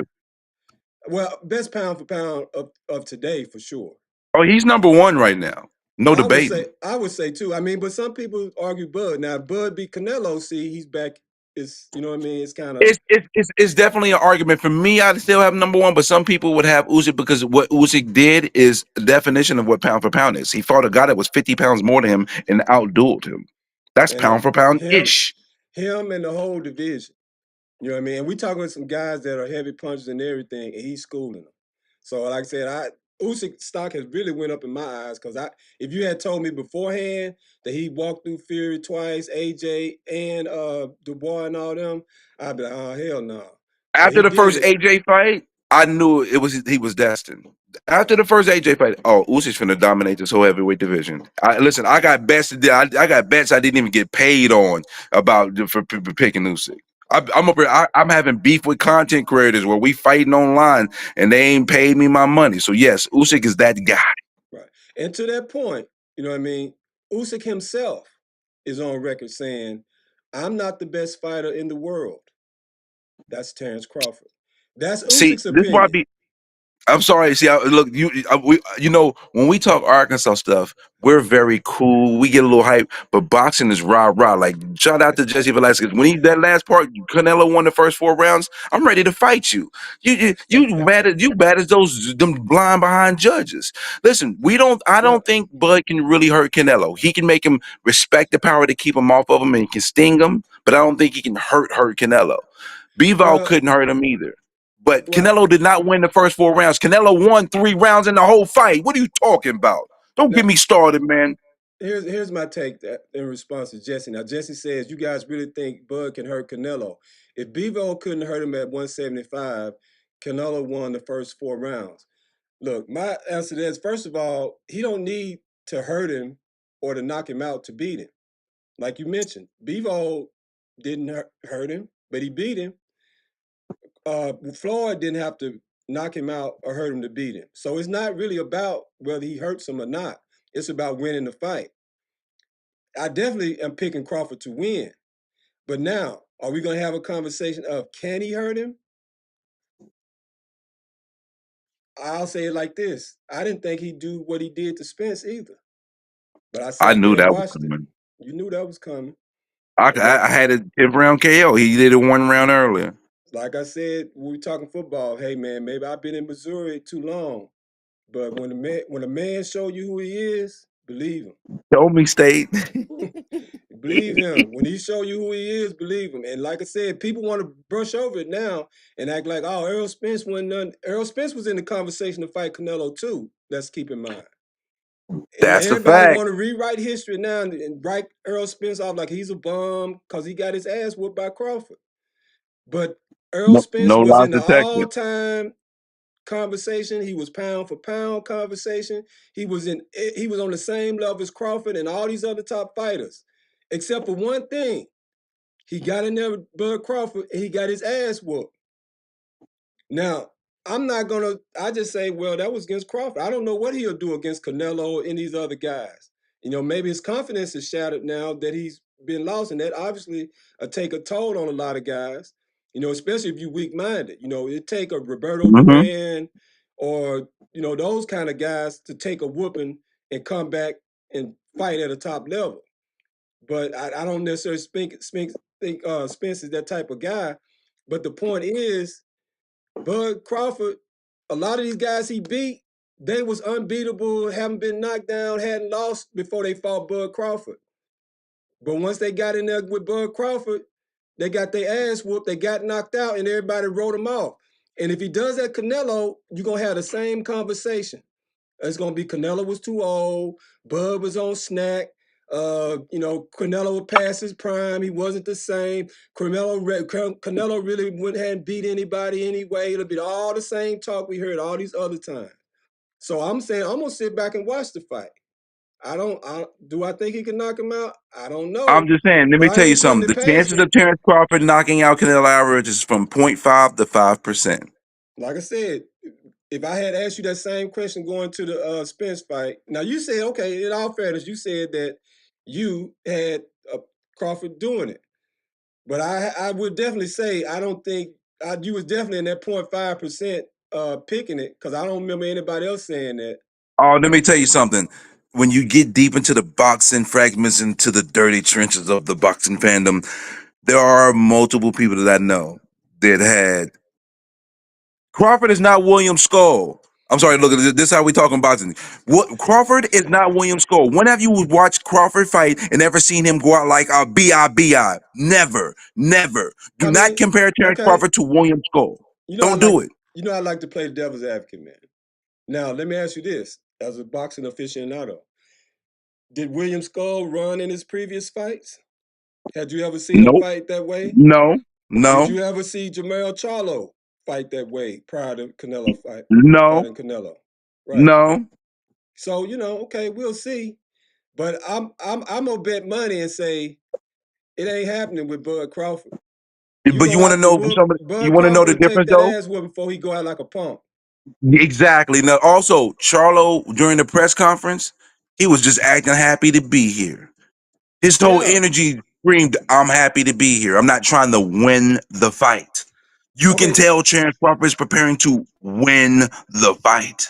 And we cutting it close, but I gotta close on this legacy question because I gotta get this in. Okay. Because okay, we had the conversation about is Canelo the greatest Mexican fighter of all Hmm. time. But the brothers have really fallen off.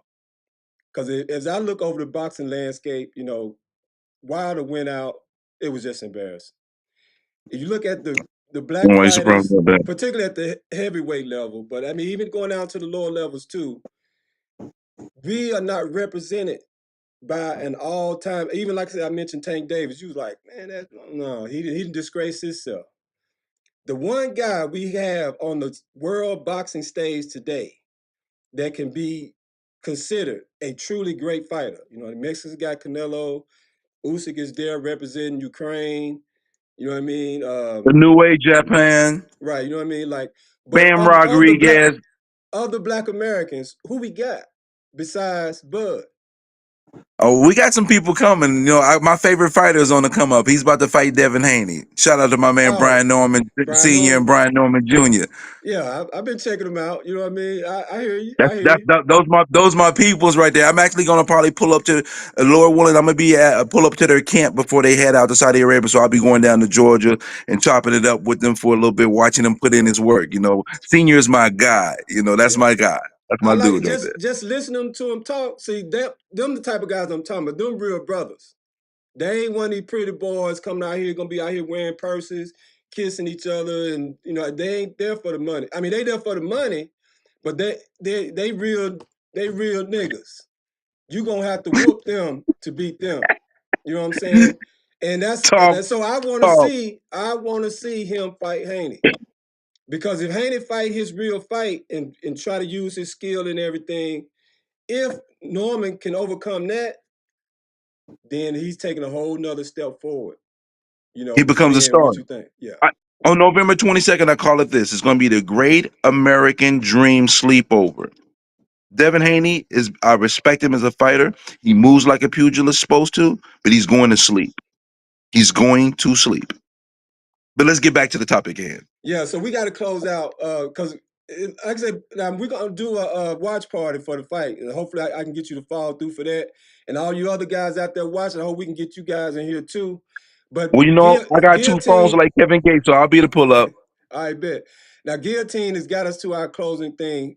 Who you picking for the fight?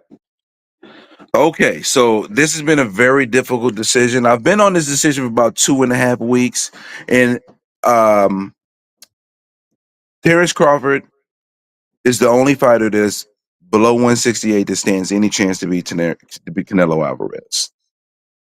But at the end of the day, the judges tend to lean towards Canelo. Bud is fighting at a larger size. We don't know if he can take the strong punch, but I anticipate him taking a strong punch. But Bud has to be like 90 out of 100 to win the fight. I think Bud is going to be 85 out of 100. I have Canelo winning by split decision. Yeah, yeah. I Close mean, fight. if it goes to the judges, it very could well go his Anything way. goes. Now I'm gonna have to go with Bud, man. Bud's I my ain't mad guy, at it. and It's I my think guy too. Bud is gonna win by decision. Like you said, I think until somebody prove Canelo's chin is otherwise, I don't see anybody knocking him out. But I think Bud is gonna pull off a Bebo-esque performance, and he's gonna do it different. I ain't saying he's gonna necessarily fight his style completely, but he's gonna use elements of that, and he's gonna score enough points that he's gonna make it to where Turkey and the guys behind the corner. I know they got that one judge named Cheatham. How you Yeah, gonna have he really he lived by his name too. how you gonna have a judge named Cheatham? You know what I mean? He lived by his doggone name. He is the one that scored the Canelo and Bivol fight one round apart. If Canelo had a 1-12 round, it would have been a draw. Right. That's wild. And I know Jesse Velasquez was asking about Bud and Earl rematching No one way, day. Jose. Right now, we don't even know if Errol Spence will ever be in a ring again. I do have a I, prediction that he will fight in the ring again, and I think it's going to be Charlo at 160. That's my prediction. But at the end of the day, that's bro, that's an rematch never in-house happened. that's an in-house PBC bullshit fight. But I think what's going to happen out of this, Bud is going to edge it out. It's going to be a rematch, and we are going to see another great trilogy, similar to Bevo and Beterbiev. But we didn't Beterbiev. even get the third fight because Bivol had surgery on his But back. but it's still coming though, right? I don't know because right now, but Benavidez is fighting Anthony Yard on the same card with Devin Haney and Brian Norman, and Beterbiev is coming back and he's fighting somebody on that same card. So right now, the energy looks like it may end up being Benavidez fighting Beterbiev afterwards. So we don't know right now what's going to happen with the Bivol and Beterbiev fight. I'm not sure because they was going to try to fight in Russia before he had heard before now because he had lingering back issues before he decided to have the surgery. So I'm not certain. I just don't know. It's an element of surprise going on right in regards to that situation. Okay. Well, fair enough. But either way, I think it's going to be a close enough fight that it could warrant a rematch, and that's what I want to see. And because that'll be the more the merrier. Again, it's going to be broadcast out to the masses through Netflix. It can't miss. In terms of reaching the audience and having an impact. All they got to do is deliver a great fight, and I think Exactly. we got the two fighters in the ring, similar to Better Biev and Bivol, that they're gonna deliver a great fight. You know what I mean? So that's what I'm looking forward to. Indeed. And I just want to commend you because, we have boxing fans in different states. You have casuals, you have, diehards, you have historians. Your knowledge of the sport of boxing is it's pretty solid, bro. Bro, It's pretty I doggone solid, bro. I didn't You're not just a guy that only pays attention to 3 or 4 fighters. I can bro, tell you have boxing knowledge. I didn't change my name to Ali for nothing. Hmm. Hmm. Flow Yeah, like a butterfly, sting like a bee. I've been on it since back in the day. You know what I mean? I love my sports across the board, and boxing is the top of the list. You know what Yes, you know, one of my favorite fighters of all time is Little Hands of Stone. You remember Little Hands of Stone? I mean? Who's that? Oh wow, I know wow! you ain't talking I'm about not gonna tell you. Duran, No, I said Little Hands of Stone. right? Who would that be? He came in after Duran. I'm gonna let you look it up. I ain't gonna tell you. I'm gonna let Okay, you go get some. I'm gonna let you look it up. He's the reason why I watch the lower weight classes. Because one of the problems in America is anything below 130 pounds, they ain't paying attention to it. So these right. little guys just be putting in some of these good fights. That's why American fans been disrespecting in a new way because he's a small guy. But they act like they really know what's going on in his weight class when they don't even. Most of them don't even pay attention to it. So I'm like, Hey, stop the cap. I got somebody want to hop in here at the last minute. I just want to holler at him, man. See who this is, cause I always want to welcome guests in. Let me see what we got here. Indeed.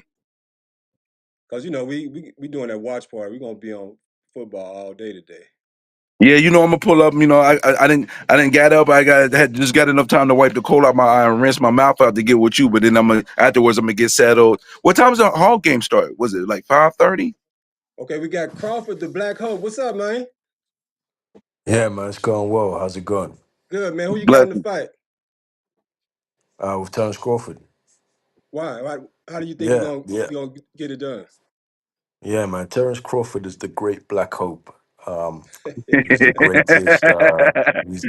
He's the greatest black fighter of this generation. A real black man, a real dark skinned black man. It's gonna take. He's gonna win this fight by black man strength, Kunta Kinte strength from yo, yo. hundreds of years. You know, he ready. Canelo Alvarez is a fake Mexican. He's an Wow. Irish man claiming to be Mexican. He fought Jamel Charlo. Jamel Charlo was a wuss. He didn't come to fight. He lost. He fought William Skull, who is an embarrassment, didn't want to fight.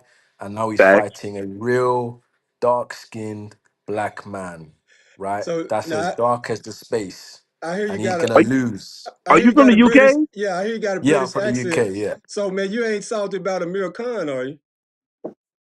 No, I don't. I don't really. I don't. I'm not one of these people that are like. Oh, I support UK fighters. I don't care about that. I don't care what Most country you're UK from. boxing fans are high quality boxing fans across the board. They're Facts. better boxing fans than us here in America. Just to be honest. Right. Facts, Yeah, I facts, mean, facts. a lot of the best fighters nowadays they are coming out of the UK. Like they are. But I think Terence Crawford is pound for pound number one. Um, Over I Usyk. believe. Yes, yes. If he wins, it becomes three-time undisputed in three weight classes.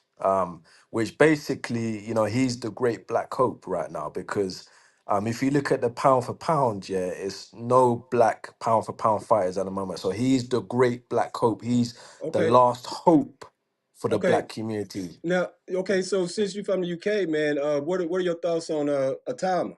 Do you think he's ready for the big time? Talma is not ready for Usyk right now, but he's the future. He's Facts. got them. He's got them. Them Nigerian genetics. Like he's got that. Like I don't know if you know about the Nigerians. I mean, some of African Americans, a lot of the bulk of your DNA is Nigerian. So you Facts, That's must a know about the fact. Nigerian power. facts. Nigeria You and can see Ghana. it exactly. You can see in Yeah, all of the American fighters, Mike yeah. Tyson, Leonard, all of them. It's all because of your West African DNA. He's got that Right. raw Nigerian power. You know what I mean? He's not. He's the future. He definitely is the future. 100%. He got the Like, goods. yeah, So like how he's a do good fighter, man. I mean, how do you see him getting to that level where he's ready to fight for the title? Keep Um, fighting. he, he's gonna face a top 10 contender this year. I think he's gonna face either Philip Hergovich or someone else in the Yeah, top 10, yeah. I've heard and Hergovich. then yeah, and then next year he will fight for a title, I believe, hopefully. But I don't think Usyk is gonna retire anytime soon. That's the only I, downside. and that's throwing me off for a loop because I would love to see Usyk would go off in the sunset right now. There's nothing left for Usyk to prove. I love Usyk, but if he stay around, maybe two fights. And the two fights I thought that was good would be the Cabiel and Parker fight, and then be out of there. I don't want to see him fight Atama. It's just too much of a big gap from generation to generation. I want to see Atama just do his own generational thing. But Turkey is kind of pushing for that, but I just don't think it's the right time for that. Yeah, Atama is not going to beat Usyk because Usyk is basically the parallel. Is basically Muhammad Ali from a parallel universe. So Alexander Usyk was born on the same day as Ali. Is the same height Same as height, Ali, same same weight. size. Do you And understand? So I bet. it's eerie. It's eerie that Usyk and Muhammad Ali have the exact same body measurements and birthday. That's crazy. I didn't know that about the birthday. Yeah, Interesting. Yeah. boxing proves that there is an afterlife. Do you understand that there is reincarnation? I don't know if Tommy Molyneux, Tom Molyneux. You know the story of the first. So Tom Molyneux was the first black heavyweight champion in history. He was cheated out of the championship against Tom Cribb. If you type Tom Cribb in Google, you see his fight against Tom Molyneux, who was a slave in America, who became basically the heavyweight champion. So he's the first one. He's a very very good fighter. He's one of my favorite ones. He's the personification of fighting. You understand, fighting out of slavery and becoming free. So I respect that a lot. Well, I mean, you come from the UK, man, so you out there where it all started. So I'm sure I'm not surprised that you bring the receipts. But hey, man, we appreciate you jumping on and stuff. I gotta jump off and do another thing. But man, if you get a chance, subscribe, man. We're gonna keep this boxing thing going, and I'd love to have you come back again, man. We're gonna do a watch party for the fight. Other big fights with Turkey in the mix, man, gonna be coming up. So hopefully we can get some dialogue going, man, and have some good conversations on boxing. Of course, if you haven't met Unbiased, you need to hook up with him too, cause he got it going all over when it comes to boxing. I be running my mouth everywhere when it comes to boxing. But we hog brothers though. At the end of the day, though, when it comes to the sports. But yeah, this is gonna be a phenomenal fight. I truly look forward to it. It's giving me that big fight feel, and the closer to the fight, I get more excited. So I just can't wait to get my Jack Daniel's honey and ginger ale for the fight, and we gonna rock Yeah. on, baby. All right. Yeah, this fight is the real Mexican versus black man, like the real one. This is the one, man. This is the It's, one. it's the best one since De La Hoya and Mayweather for sure. Exactly. Yeah. Well, all right, fellas, Indeed. I'm gonna close on out, and like I said, now you guys hanging around, looking for the preview for the Razorback game. We're gonna get started up in soon as possible. 5 minutes. All right, Yeah, peace. I'll see you in a little bit. All right, man. Appreciate you, good brother. Yes, sir. What?